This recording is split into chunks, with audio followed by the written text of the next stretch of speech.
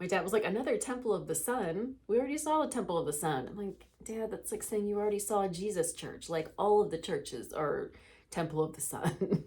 That was their main god.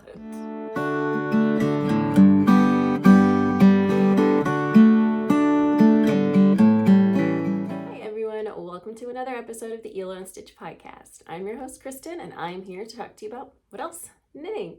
And all things knitting and yarn related, and maybe not so knitting and yarn related. So if you don't know me already, my name is Kristen Janik. I'm a semi-retired knitting pattern designer, knitting instructor, all-around knitting enthusiast, and I am podcasting to you from my home in the Maryland suburbs of Washington, D.C. When I'm not knitting, you sometimes find me gardening, doing yoga, watching baseball, and drinking wine, but it's mostly about the knitting, so let's go ahead and start talking about it. In this episode, I'm going to be sharing some of my whips with you, telling you a little bit about Maryland sheep and wool and the events surrounding that, as well as showing you some yarn that I purchased there. I'll get into a little bit of sewing, and I will also catch you up on my trip to Peru, which was last month, and I haven't had a chance to tell you guys about it yet. So if any of that sounds interesting to you, I hope you will stick around. Well, despite the fact that it has been so long since my last episode, I still don't have anything off the needles. I know, I have so many different projects going and I just can't seem to get focused on one long enough to finish it. But I do have a number of things on the needles and I will show you a few of those today. Some of them aren't in this room, so I won't be showing you those. But I want to start by showing you something that is actually on my hook, my first crochet project. Clap! In case you missed it, I did do a video about my attempts to learn how to crochet, and it is going. It's not fast, and it's not fancy, but I am sticking with it, and I have started a project. It is a big zigzag blanket. And so I have, as you can see, worked 2 color sections and I'm starting a third. So this is the Elizabeth ZigZag blanket by a designer whose real name I cannot remember, but she designs under the name 2 of Wands.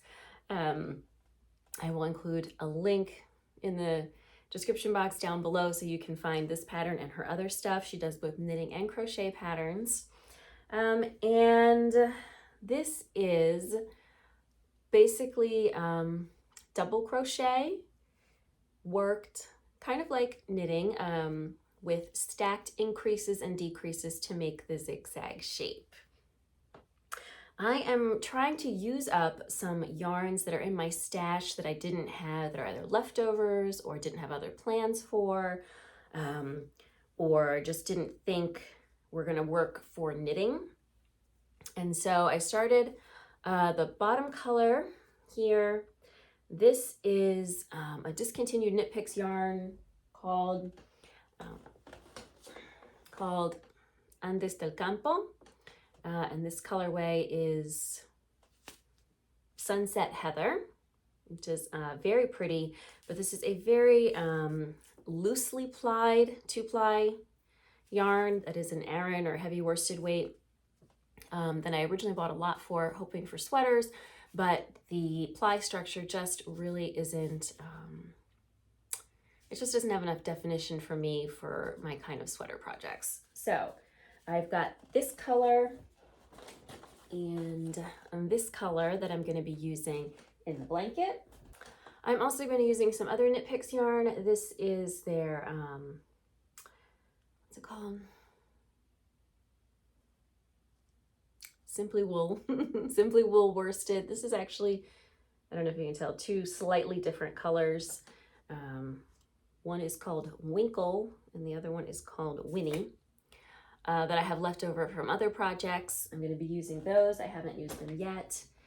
This pink, pale pink yarn is also a Knit Picks yarn. I don't know, I can't seem to find the ball of yarn. I've lost it. It is one of their upcycled yarns. I actually got it from them to try out for free. And I thought it would work well in this project. It is a little thinner than the other 2 yarns that I'm using. So you can maybe see that here. It looks a little bit more open in that section. And then the blue is a leftover, I believe, from, I don't remember what, and it is, I believe it's biche-bouche, whatever their worsted weight is. Those are, oh, and then there's one more yarn. Another actual Knit Picks yarn. This is some of their twill yarn that I also have left over from a project.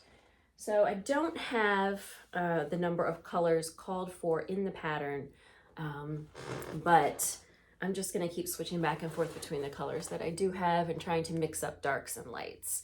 So far I like the way this is looking after the dark blue. So it's 3 rows of the dark blue. And I will say, I guess, especially with it being double crochet, you know, this is only 3 rows worth of work here, and that's a good like 1.5 inches. So it's definitely, I think, going, even though I am slow, it's working up much more quickly than a knitted blanket would, which was the reason I wanted to start crocheting. So after I do the blue section, I'm going to switch to the gold. I think that'll be nice. So I'm just, you know, putting a few stitches on here when I'm sitting down or at my desk, or just looking for something to pass a couple of minutes of time here and there. I'm not worried about having it done anytime soon. It is now almost the middle of May. We had a relatively cold late April, early May, but now it is starting to warm up, and it will probably stay that way through September, if not October. So I don't have any immediate need for this blanket, and I can go slow and just practice my crochet technique. So first crochet project, it is underway, and I am so far very happy with it. I actually finally, you know, bit the bullet and decided to tackle crochet. That is one of the projects on my Make 9 for the year, so hopefully that will actually be done, you know, this year. But that's really my only goal time-wise, is to actually finish it this year. All right, another project I have at hand. This is, or will be, the front of a little baby romper. So my brother and sister-in-law are expecting their first baby in July, and they live near us in Washington, D.C. So I know that in July, when that baby is born, it's going to be about 1,000 degrees here. So I'm making this out of cotton. This is, I bought it for something else and didn't use that for that ultimately. So this is Ritual Dyes Undine. So I think it's a cotton linen blend, and it is a little boy. Not the color, you know, matters too much, but it seemed pretty perfect for that. So this pattern is called the Pickles Romper. Again, I don't remember the designer, but I will include links. And basically you knit the front and the back the same, then you knit some little straps and put a kangaroo pocket on the front. It's really straightforward. You're just increasing along this front line, and then you will seam it up and then sew in between the legs to make the little legs. Oh, it's gonna be so cute. So I do have that problem where I kind of hate things that are knit flat in separate pieces and both pieces are identical. I tend to get really bored. Hopefully that will not happen, because this is pretty tiny. I am knitting this in the smallest size because it is something that the baby could wear right away, given that what the temperature is going to be when baby is born. All right, and the other thing I have been working on somewhat steadily is my Heirloom Jumper. So you can see I have split for the sleeves and I have joined the body, and it is really smooth sailing for here. All of the shaping and everything is here to create this nice neat shoulder seam and then the puffed sleeve. And now from here on out, it is just, there's a few decreases on the body, and then obviously there'll be decreasing on the sleeves, but there are no, it's just stockinette sleeves. and then this front panel, which I have thoroughly memorized by now. I am hoping to finish this. One of my goals for Me Made May was to finish 3 whips by the end of the month. So this one and then 2 other ones that I'm not going to show you today because they're downstairs and I don't feel like getting up and going to get them. But this one, like I said, is pretty straightforward. So I think I have a pretty good hope of actually finishing this one. And then the last thing to do is just to put some buttons on the back. Now, obviously this is merino wool and silk mohair, and even though it is fingering weight yarn, this is not something I'm going to be wearing again until at least October, I would be willing to bet. But I am very happy that I have made so much progress on it, and will definitely be very happy to have it to wear when the weather gets cool again. I know there are some, I was watching somebody the other day on YouTube who was saying that, you know, you can still wear wool in the summer. Maybe there are some places that you can still wear wool in the summer, but Central Maryland is not one of them. It is just too darn hot and too humid. And yes, you know, wool has lots of lovely moisture wicking properties and blah, blah, blah, but no, you do not want to be wearing wool when it is 90 degrees and with a heat index of 105. No. Anyway, so this will be being put away once it is done, but I have made some good progress on it. So that is all the whips that I have here to show you today. I am planning soon to start some new warm weather projects, but I'm really trying to do a good job of getting some things off the needles first. But I have found, and I'm going to be doing a vlog about this soon, some really nice yarns to knit with in warm weather, and I would like to get some warm weather stuff done.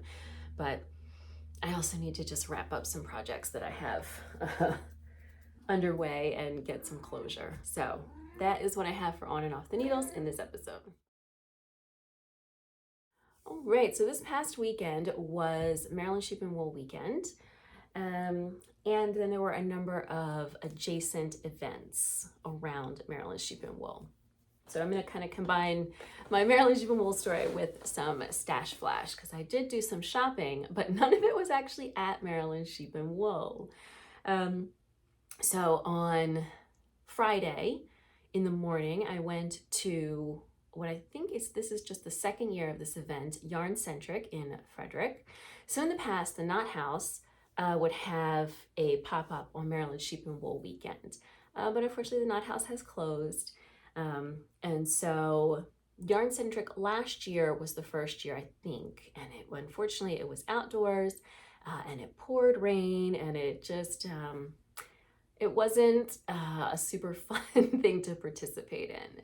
So this year they moved it to a new place. It was an indoor location in a nice airy space. And they had a lot more vendors, and I did all of my weekend shopping, ended up doing it there because I went on my own without my kids. And turns out that's a lot easier to shop that way. So that was a really fun event. I didn't unfortunately get to see anybody that I knew. I mean, I spotted a few familiar faces among the vendors, but nobody else that I knew. So that was on Friday. Saturday is normally the day I would go to the festival, but I already had plans to go to a out-of-town comedy show with my sister. That was actually Friday night. I was up in Hershey, Pennsylvania, and then I came back on Saturday morning, and I originally planned to go to the event at Magpie Fibers, their flagship store. If you have not seen any pictures of it, it is in an old bank. So they have like a yarn vault. So it's a really nice space. They have a lot of really nice yarn brands they carry other than just Magpie. And then they have like fabric and notions and all kinds of nice stuff. And they had some special guests for the weekend. But after doing this thing with my sister, I was just too tired, and I ended up not going, you know, because it's only 30 minutes away. I can really go there anytime. So I ended up not going to that. Sunday, we decided to go to the festival. And I did that thing I do, which is think that it's going to be a really fun activity to do with my kids, and then I'm wrong. So I thought with all of the sheep there that the kids would really have a good time petting the sheep. JJ has kind of been getting into knitting a little bit, so I thought he might find it interesting. They have the sheep dogs. They've got, you know, carnival kind of foods. So we got there around 10:30. And we went around and pet some sheep for a while. They were disappointed there weren't any rabbits. He loves rabbits, and there usually are some in the rabbit barn, some Angora rabbits, but there weren't any. So after all the sheep petting, I tried to do some browsing, but either my kids would follow me into like the booth, and they're relatively small, so that was kind of tricky. Or I would say, okay, stay here with Dad for a second. I'm just gonna go look in this booth, and the little one would throw a fit. No, I wanna be with Mommy, because I'm super cool. So it was a little tricky attempting to shop with them. So after that, we got them food. We got them hot dogs. They love hot dogs. That's fine. And then we were near the outdoor section of Maryland Sheep and Wool. That's not what I mean. We were what's it called? The lower corral. We were down there, which is by the sheep dogs. So I was going to look around for a little bit while my husband stood with them over by the sheep dogs. So I'm looking around for a few minutes. Nothing's really catching my eye down there. I walk over toward the sheepdogs and I can see that my older son is freaking out about something. I get over there, he's got a splinter from the fence.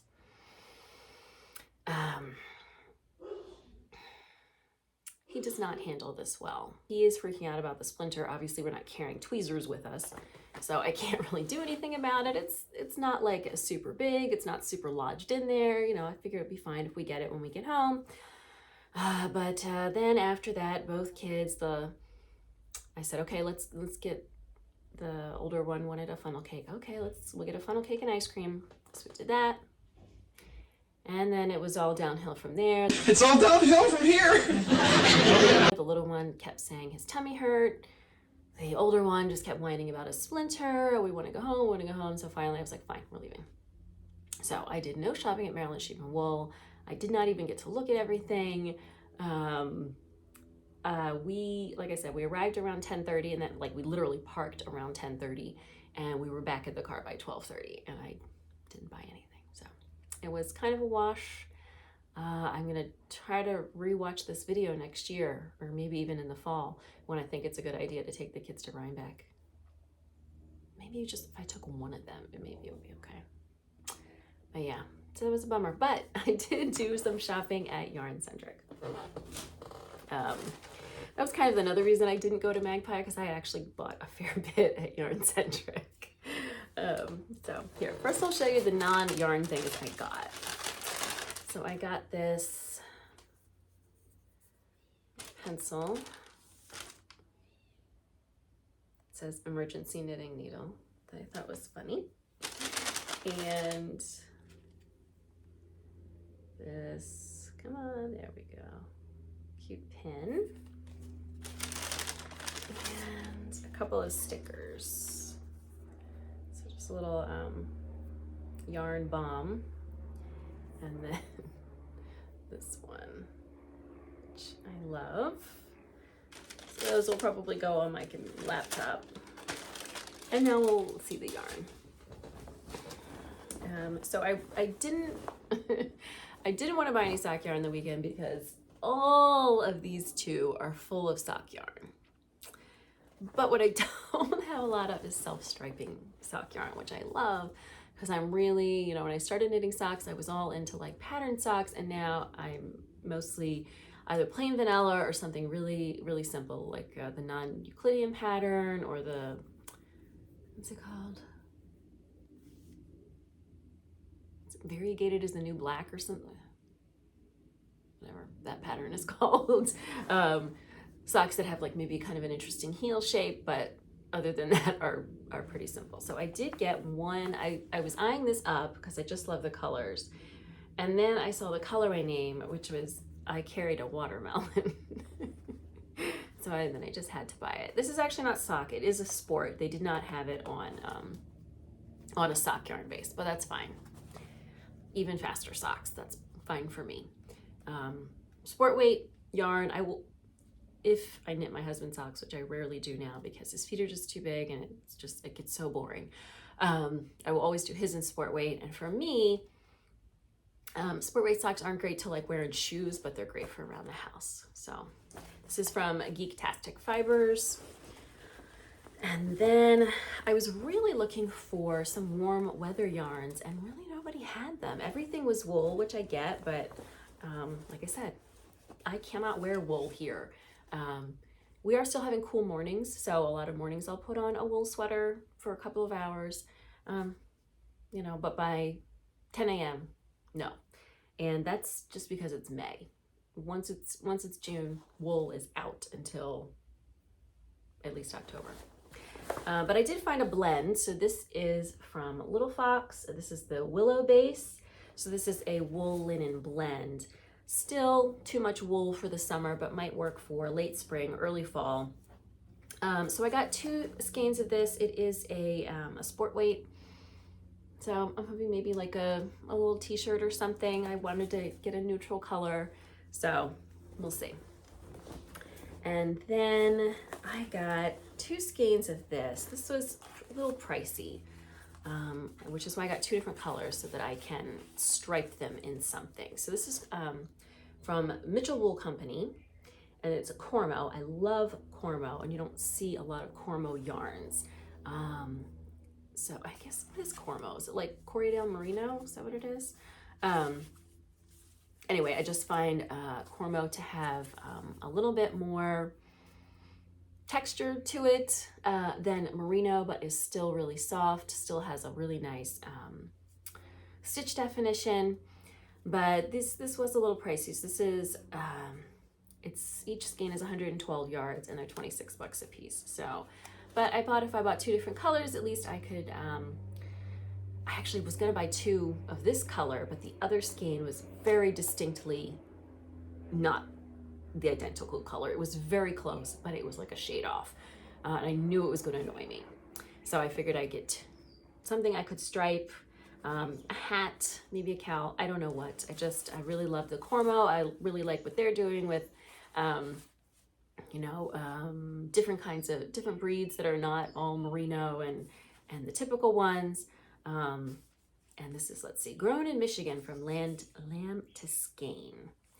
And the other thing is that they gave me a bag that says, which they had some t-shirts. They also had the t-shirt that had the Unapologetic Yarn Snob on it. But again, they were a little pricier, and I was already buying so much stuff. So I ended up not getting the t-shirt, but I did get the yarn and the sticker. And then the last bit of yarn I got was actually, they had somebody there who was selling recycled yarn. So somebody who actually takes the time to thrift clothes that can, and I guess sweaters specifically, that can be unwound. So I got 2 skeins of this. This is a recycled linen. It is, you can see it needs to be washed because it's still all kinky. And it is it says lace weight. I think it's a little closer to, maybe somewhere in between a lace and a sport weight. And I can certainly make some kind of t-shirt or warm weather top out of this as well. So this is really the only warm weather yarn that I found. And I actually haven't used recycled yarn before. I don't know what it's gonna look like worked up, knit up. Like I said, it does still have to be washed because it's still all kinky, and who knows what I'll get around to doing with that. But I thought it was interesting, and it's nice to see somebody taking the time to do that. And those are all of my purchases from Maryland Sheep and Wool Weekend. There was good weather at least, and hopefully maybe next year I will not make the mistake of taking my kids. is Me Made May. So I think this is really the first year. I have now been, obviously I've been knitting for a long time, but by May, sweater weather is just about gone here. But this is really the first year that I have been sewing and sewing long enough that I have some stuff in my wardrobe that I've been able to wear. So between hand knits and sewn stuff, I have been able to wear something Me Made pretty much every day. I think yesterday I didn't because I was doing some yard work. I was doing a better job of documenting it on Instagram, but my enthusiasm for taking a photo of myself every day quickly disappeared. So I am wearing something at Me Made today. This is a seamwork pattern. This is called, I don't know how it's pronounced. It's spelled M-A-D-H-U, I think. So Maida, I don't know. Top, you can see it is lots of elastic. So elastic here. I think I could actually probably wear it off the shoulder if I wanted to. And then elastic right at the waistband. I do wish I had made it a little longer. I don't own a lot of high-waisted jeans. I don't think I have any really, because I just don't tend to find them comfortable because I'm very short-waisted. It's a whole thing, but it is I end up pulling it down a lot when I wear it, but I think it's really cute. And I don't remember, I think I got this fabric. It's just a cotton, maybe from Joann Fabric. And I finished this, I want to say in February. And I don't think I shared it here or on Instagram or anything before because I really have only worn it like one time before. So that is my Me Made for today. The jeans are not Me Made. I have big plans for this year, not this month, but this year to try to sew my first pair of jeans. So I bought a pattern, I bought denim. I'm gonna wait until the fall to do that. But I do have plans for that. I have been trying to start sewing some pieces for the spring and summer. So I've been working on a pair of shorts. So this is the front. I'm using some leftover fabric from a dress I made last summer. And the fabric is this sort of embroidered white floral on black. And then I put the inside pockets, I put this polka dot fabric that's left over from another dress. So, did it again, there we go. So this, these shorts have a sort of a triangle shape in the front. And then they have faux pockets on the back. Let's see if I can get this situated here. So here's the back, and here are these, I mean, it blends in pretty well. I guess I could have used a contrast, so I didn't though. A little faux pocket on either side. So, I need to attach the waistband, which I had started to do, but then it was giving me a hard time. It seems like the waistband is bigger than the waist, which is generally speaking not how it's supposed to work. So I need to go back and try to pin that again. And then I need to put, there we go. Then I need to put the cuffs on the bottom of the legs, and it has a side seam zipper. So a little, there's like a little hard to see, like a little bit of like a kind of a pleat here in the front, but because this is a very patterned fabric, you really can't see it, which I guess is kind of a bummer. So this pattern, it's called like, it's something French. It's from Deer and Doe, like châtain or something similar to that. Shorts is one of the first patterns I think I saw when I was learning to sew that I really wanted to try. The sample is in, I don't know if it's actual suede or a faux suede, and really cute. But in what situation am I going to be where I'm going to be wearing shorts but suede? I can't think of anything, so I decided to go with this instead. To today is Thursday. I'm maybe hoping to have these done for Mother's Day. There's not that much left to do. Famous last words. I have been trying to do a good job about finishing the seams as I go. So we'll see. We will see if that maybe gets done by Mother's Day. The weather should be warm enough to wear them. Hopefully not rainy. So originally what I was hoping to do was sew myself a new dress for Mother's Day, but the fabric that I ordered was called shirting, and it is completely and utterly sheer. You're completely useless. In the meantime, I have done some other fabric shopping that I want to show you guys. I love these. None of them are enough for a dress. They're all, I think, 2 yards, I think.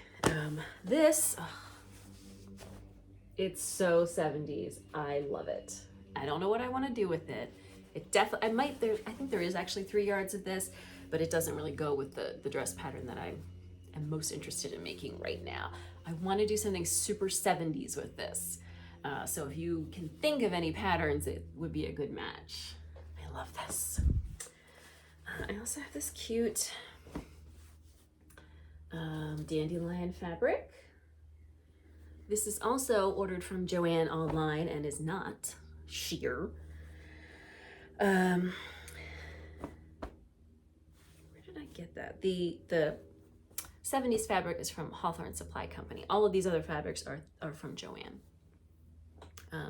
So this is a nice eyelet, and actually this would work with the dress, except I only got 2 yards to make a top. I didn't get enough for a dress. It is still a little see-through, but not nearly as much as the other one. So there's that, and then these two are just cottons for a top or a shorts or something. So we have this, and then this one is so cute. It's just, I don't know what I'm gonna do with it. It just was so cute. I will also real quick throw some photos in here of 2 dresses that I finished last month, yes, no, the month before that, very end of March, that I was able to wear in Peru, and I will tell you about that trip soon. So these dresses, one of them is a Very Easy Vogue, the polka dot one, the other one is a Mimi G pattern, and I will put links, as I said before, in the description box down below to those. I'm very happy with both of them. The pink plaid one is actually not a dress, it is secret pants, but the pattern also includes a dress version, which I will eventually make. But they are both really cute, and hopefully we'll get somewhere this summer. So in the last episode, many years ago in March, I think, or was it early April? I don't remember. I said I was going on a trip to Peru, and I did, and I'm back, and I haven't had a chance to tell you guys about it. So that is what I'm just going to chatter about today. So we spent 2 weeks in Peru. So April 1st to the 15th. My husband is from Peru. His mom owns an apartment in Lima. So she came to Peru while we were there. The kids were thrilled to see her. She's really great with the kids. They're always, they're happy to have her babysit or whatever, take care of them. So that was great. We did take my dad with us. My sister was supposed to come. Her passport did not get renewed in time, so she did not come.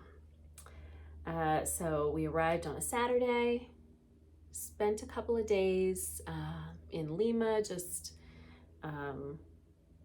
not doing anything. I think we went downtown one day, or to the Plaza Mayor, the Plaza de Armas, to see the main square. We went to La Comar, which is a popular outdoor mall right on the right along the coast. And then my dad and I went up to Cusco for a few days. The kids would not enjoy Cusco yet. They're not quite old enough. I also don't know how they will react to the altitude. So it was supposed to be me, my dad, and my sister. Obviously my sister did not go, so it's just me and my dad. My dad doesn't speak Spanish at all. So he's also getting older. He turned 75 last year, so he did go to Peru with us 5 years ago, and it was a little easier for him then. He's definitely, you can see the difference in the 5 years. He's slowing down a little bit. So when my sister was going to go with us, we were going to go to Machu Picchu, but since she didn't come and I have already been and my dad went the last time, we decided not to do that and to do some other things. So we did a tour of Sacred Valley. We went to Ollantaytambo, we went to Pisac, we went to Chinchero, which is the weaving city, the where they do lots of weaving and also yarn production, like hand spun yarn, still spindle spinning, natural dyes and all of that. And then another day we went horseback riding. I think that was my favorite part of the trip. I think I've maybe gone horseback riding once before. It's one of those things I would really like to learn to do, but there's no practical use for it whatsoever. But it was actually relatively cheap. It was like $60 a person. And you get a guide and horseback riding through the Andes. It was beautiful. We had beautiful weather, fortunately, although it was quite chilly up on some of the mountains that the horses climbed. We saw a few archaeological sites that are less well known.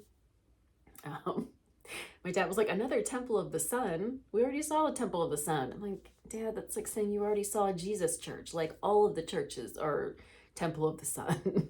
That was their main god. My dad. And then we saw a new one, which was Temple of the Moon. But it was really my favorite part, I think.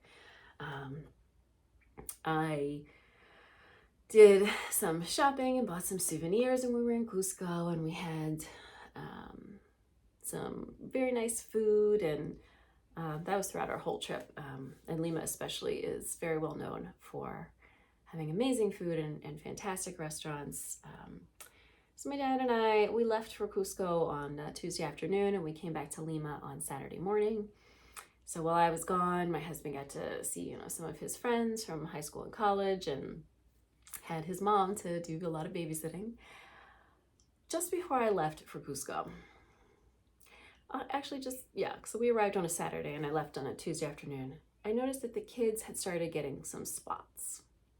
Thought there were maybe bug bites, or maybe something related to the heat. It was very hot, especially the first few days that we were there, and air conditioning is not a normal thing to have.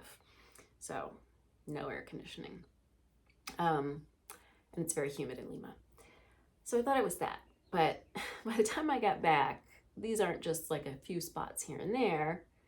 There are a lot of spots, all on their arms and legs, mostly. And then it started getting them on their face.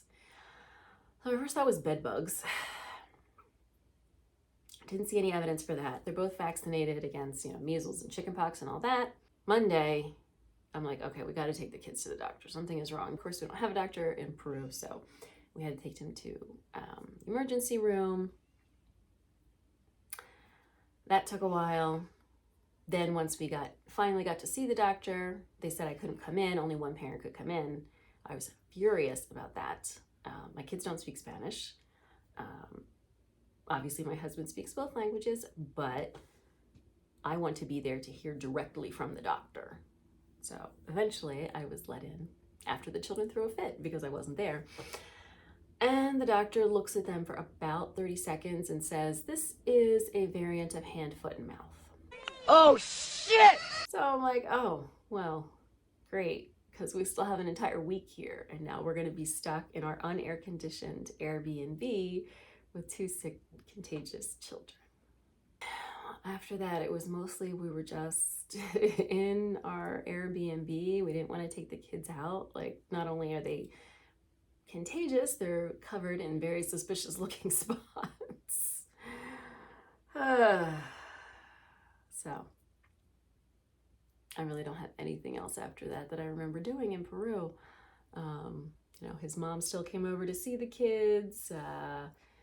We ended up not being able to do a couple of the things that we had planned to do because we didn't want to take the kids out and expose other people to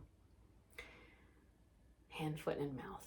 So flying with the children was also unpleasant, but I will not get into that. But we made it back from Peru.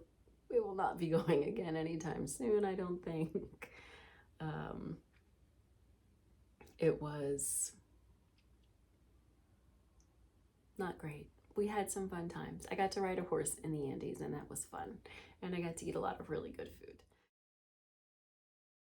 Thank you so much for joining me for this episode of the Eel and Stitch podcast. I'm going to be changing things up a little bit, and instead of doing a separate show notes, I'm just going to include links for as much as I can in the description box and down below, because I'm going to be transitioning away from having a separate website. I just don't really need it anymore. So links to everything that I had talked about should be found in the show notes in the description box down below. If you enjoyed this episode, I hope you will give it a thumbs up. Don't forget to subscribe to the Media Peruana Knits YouTube channel.